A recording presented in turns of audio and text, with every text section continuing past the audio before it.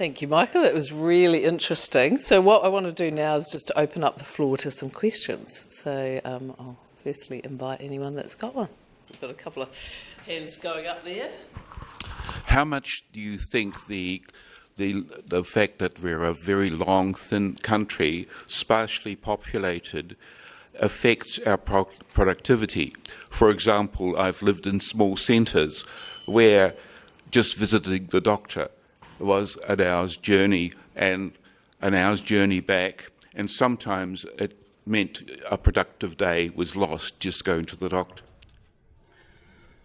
I think sparsely populated probably isn't an issue. I mean, what the data show internationally is there's not much relationship, say, between the size of a country or the population density of the country and its economic success. Long, thin, mountainous country, yeah, sure, there are some costs. There are costs they face in places like Norway. Costs they face in some places in the sort of middle of the US that are incredibly sparsely populated. I think there's enough variability there that even if it's a disadvantage, and maybe it's a permanent disadvantage, it might account for the last 1 or 2% of the difference between us and a small compact country like Belgium. It's not going to account for how when transport was even worse, we were the best in the world and they were so far off the pace. Just as an example of your point, I was reading that 1913 yearbook. In 1913, coroners weren't even required to investigate deaths more than 20 miles from their home because it was just regarded as totally impossible to cover those distances. It's an issue, probably not a huge one. I'm just thinking about, often when we see productivity increase recently, it's because of technology in the workplace. So if you bring in a lot of machines into a factory, you can generate higher outputs, except that in the process, most of the people lose their jobs. So does the increase of productivity filter throughout society, or does it tend to go to the business owners at the top? Over time, I'm going to avoid the dreadful phrase trickle down, but over time, it spreads across the entire economy. You can look at whatever it is, the $20 smartphones they sell in the supermarkets that are available to everyone and compare it to the sort of opportunities that were available a couple of hundred years ago to my ancestors thinking of moving here from the UK. You're right that transitions are disruptive to individuals' people's lives.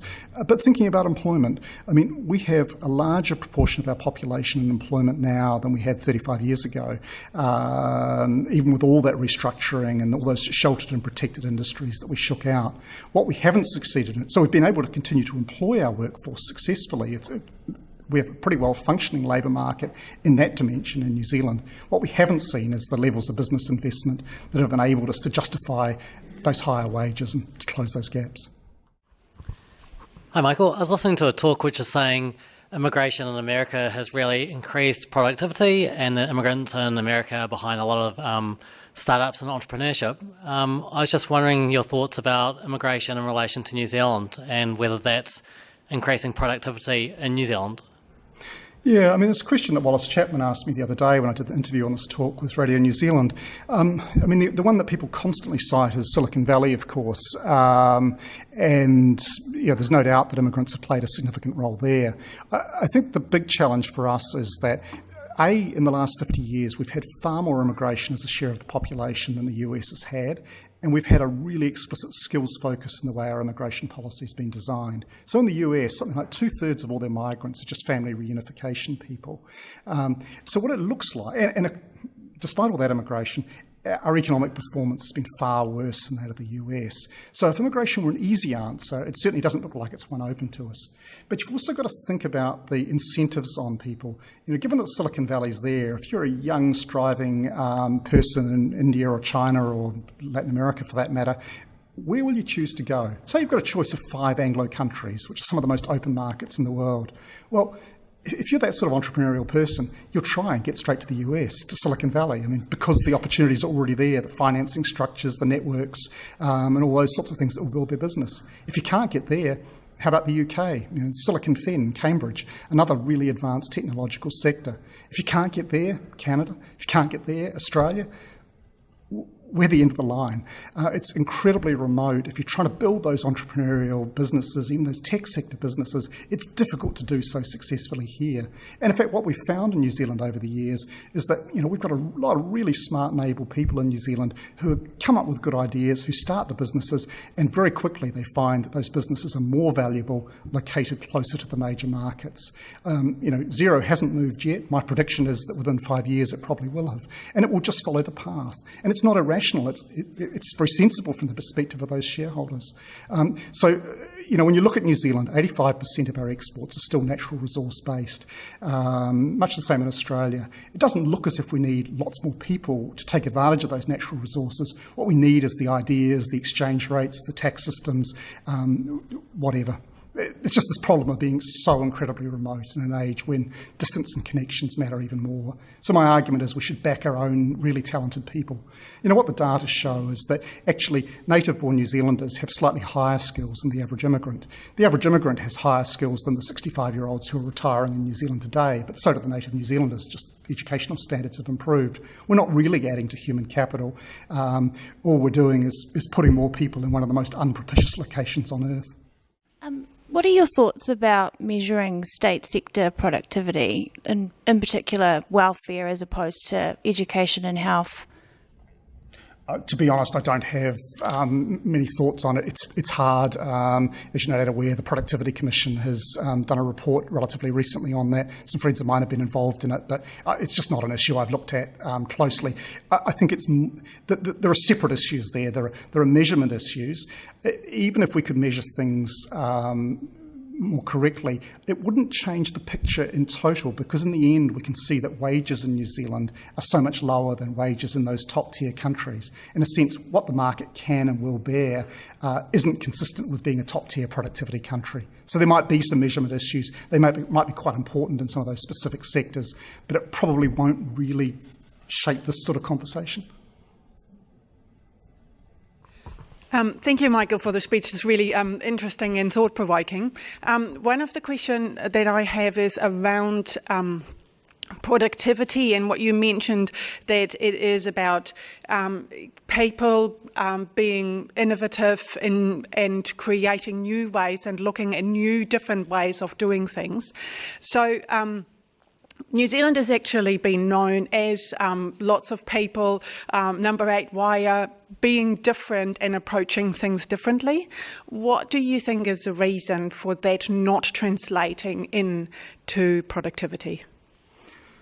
Well, the bottom line of my story is that, and it's a very reductionist version of the story, is that we've just had too rapid a population growth that's basically been driven by immigration. The sign from our own New Zealanders is that the opportunities abroad are better. 1 million people have left.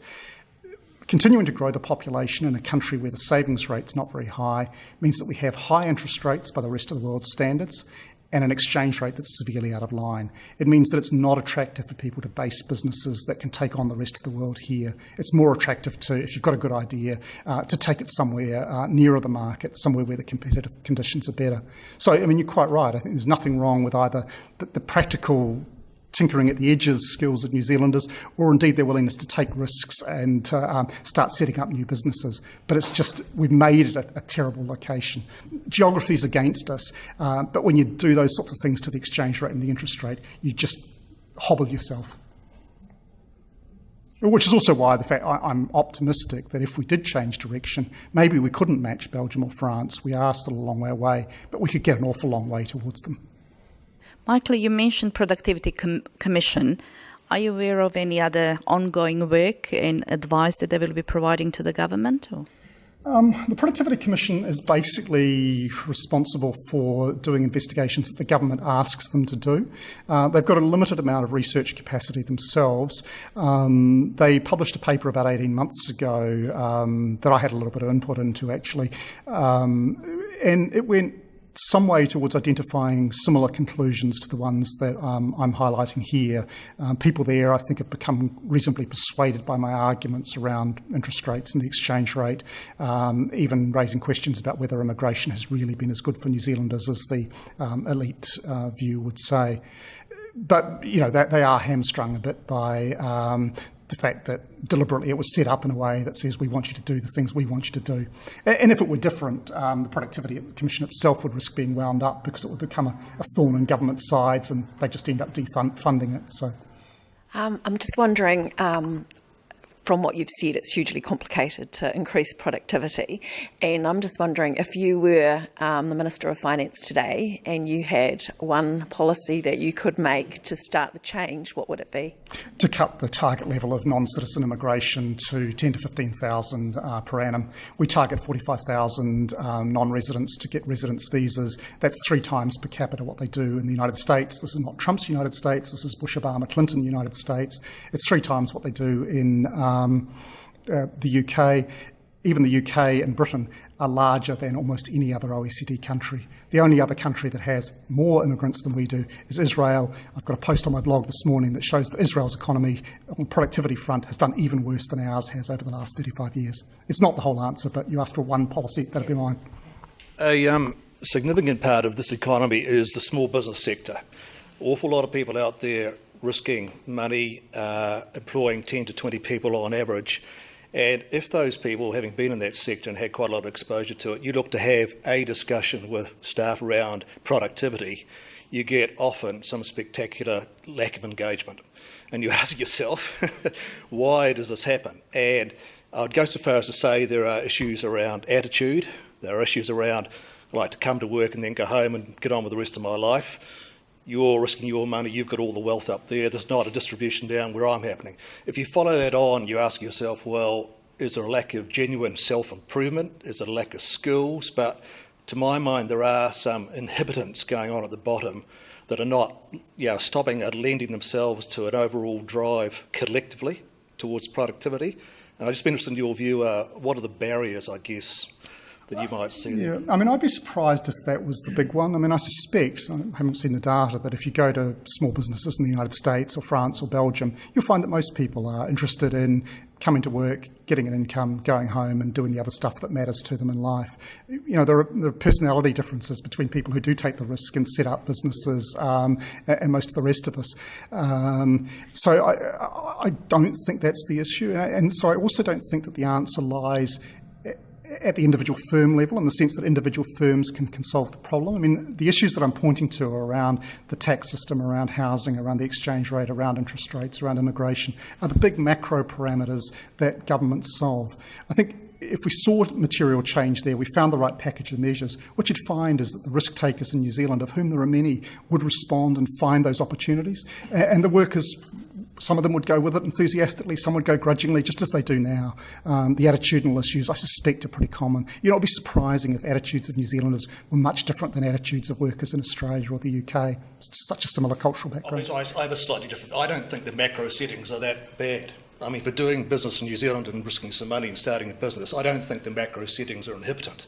I think there are other factors driving things here rather than those settings, in my view. My challenge to that would be, I think, there's no doubt if you look at things like the World Bank Ease of Doing Business Index and those sorts of things, the regulatory obstacles are small, generally. There's no doubt about that. And so that means that people who are in business now can often do quite well. But what we've ended up with is an economy that's very skewed towards looking inwards.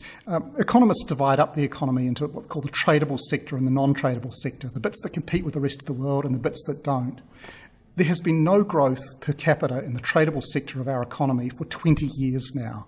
All the growth has been in that inward-looking, non-tradable sector. Individual businesses are doing stuff that's sensible for them, finding their way in that localised environment in the individual regulatory space.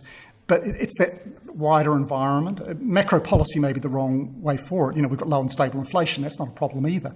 It's just the price signals people are getting around tax, real interest rates, real exchange rates, stuff you don't often think about because you just take it as a given, are creating the systemic problems for us. I was just going to follow up from that question. You said earlier it's really important to have a shared national project. And I think one of the main issues, I think, is a lot of times the reasons people go to work and do business is actually just for selfish reasons. And if we had something that we were actually doing as New Zealand, maybe productivity might actually increase. I wonder if it's actually a psychological problem, like a persuasion problem.